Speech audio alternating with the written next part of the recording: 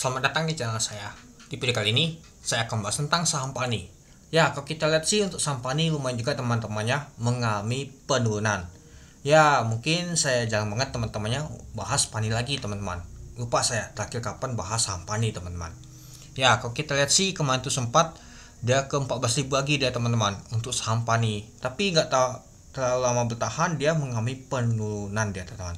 Yang mungkin faktor dari ESG juga ketekan juga teman-teman. Jadinya ya saham untuk PANI ikut turun. Pastinya asing banyak sekali net sell teman-teman untuk saham PANI ini itu. Dan juga ya kalau kita lihat untuk isu pagar laut itu sudah reda teman-temannya, nggak ada lagi teman-teman, katanya sudah selesai. Katanya kasus pagar laut itu. Nah itu. Jadi harusnya sih nggak ada lagi nama tuh bad newsnya teman-teman. Tapi ya jadi saham PANI masih gini aja dia teman-teman. Dan juga kalau nggak salah sih untuk saham PANI ini mencetak laba ada teman-teman. Nah lumayan teman-teman labanya teman-teman. Ya kalau kita perhatikan sih di tahun 2024 aja mencetak laba sebanyak 624 miliar. Tapi kalau kita lihat untuk sahamnya ya gini aja dia teman-teman.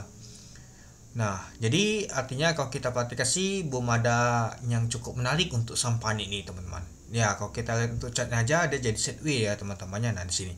Dan kalau kita lihat di posisi ini, kalau kita ambil aja di sini untuk titik supportnya di 10.075 dia teman-teman.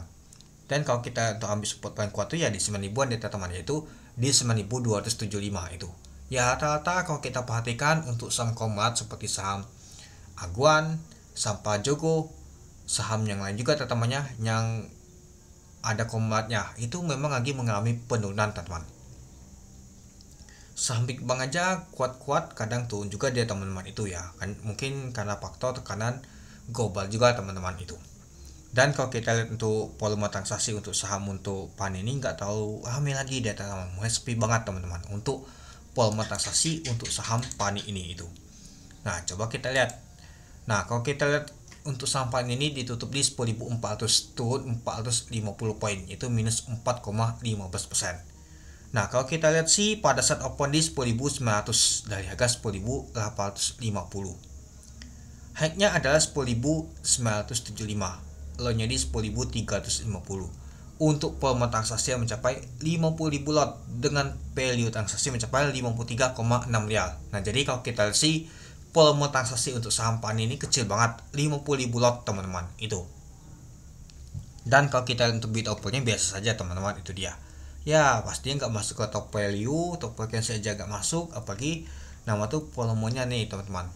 Ya jadinya untuk saham PANI ini sepi teman-teman. Ya mungkin bandar juga lagi malas lihat ESG seperti ini, ya mungkin masih wait and see dulu ya teman-temannya, masih menunggu dulu teman-teman, cari momentum dulu. Ya mungkin bentar lagi mau liburan ya mungkin nggak tahu rame teman-teman. Apalagi kita lihat untuk transaksi untuk ESG aja mulai sepi teman-teman itu. Oke, kita lanjut lagi ke bawah. Nah kalau kita lihat teman-temannya untuk trading booknya tekanan jualan tuh lebih kuat teman-teman dibandingkan yang mau beli. Artinya kuatlah yang jualan dibandingkan yang membeli teman-teman itu. Dan kalau kita untuk broker playnya teman-temannya ini dia yang akumulasi nyata masih retail teman-teman, XC lumayan juga teman-temannya si XC akumulasi, ada PD juga. Ya kalau kita perhatikan sih sepertinya pahlawan bursa ada akumulasi. Ya, yang buangan ZP sama AK seperti si asing buangan ini teman-teman. Oke, mari kita lihat dulu untuk bakal samarinya. Kalau kita lihat sih ada SC nya akumulasi PD, LF, U, CP, ZL, MG. Nah kalau kita perhatikan sih nyata retail akumulasi untuk saham PANI. Lalu yang jualnya adalah ZP, AK, GR, LG, XL. Nah coba kita lihat dulu apakah asing benar net sell-nya. Nah kalau kita lihat sih memang sih asing net sell-nya yaitu AK itu sebanyak 3 miliar, yaitu 2,8 ribu lot itu.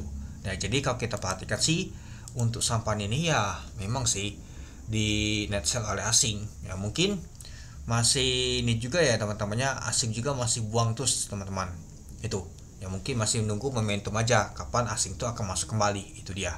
Tapi ya kalau kita lihat untuk seperti ini sahamnya diakumulasi oleh retail jadinya nggak tahu cukup menarik teman-teman. Tapi kita tunggu aja momentum, mungkin ada good news lagi jadinya saham PANI bisa naik lagi itu.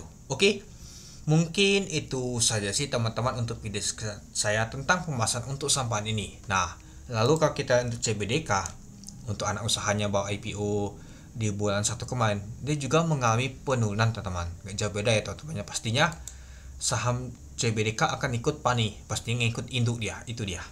Oke, mungkin itu dulu ya teman-temannya untuk video saya tentang pembahasan untuk saham panik ini. Jadi kamu nih teman-teman gimana? Oke, sekian dulu video saya. Terima kasih sudah nonton. Salam cuan.